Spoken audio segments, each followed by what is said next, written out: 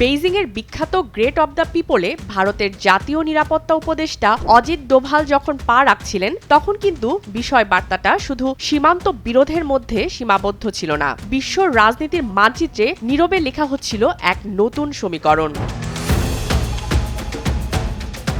সামনেই নয়াদিল্লিতে বসতে যাচ্ছে ব্রিক্স শীর্ষ সম্মেলন, আর চীনের প্রেসিডেন্ট শি জিনপিং এর সম্ভাব্য ভারত সফরের ঠিক মুখেই অজিত ডোভালের এই হাই ভোল্টেজ বেইজিং বৈঠক। চীনের পররাষ্ট্রমন্ত্রী ওয়াং ই এবং ভাইস প্রেসিডেন্ট হান জং এর মুখোমুখি হয়ে ভারতের দেয়া এই কৌশলী চালে এখন গরম আন্তর্জাতিক রাজনীতি। আমেরিকা না চীন, ভারত কার পক্ষে, নাকি হিসাবটা সম্পূর্ণ আলাদা?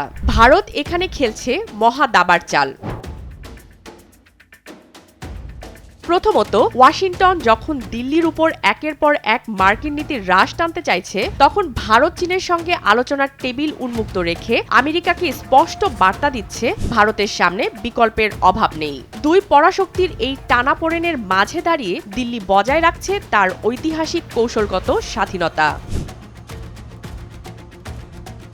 দ্বিতীয়ত, ২০২০ সালের গলওয়ান সংঘর্ষের পর সম্পর্কের পারদ তলানিতে পৌঁছেছিল, কিন্তু এখন সরাসরি ফ্লাইট চালু আর সীমান্ত বাণিজ্যের মতো পদক্ষেপে বরফ গলার সংকেত মিলছে। ৩৫০০ কিলোমিটার সীমান্ত বিরোধ হয়তো রাতারাতি মিটবে না, তবে সংঘাত এড়িয়ে স্থিতিশীলতা আনাই এখন মূল লক্ষ্য।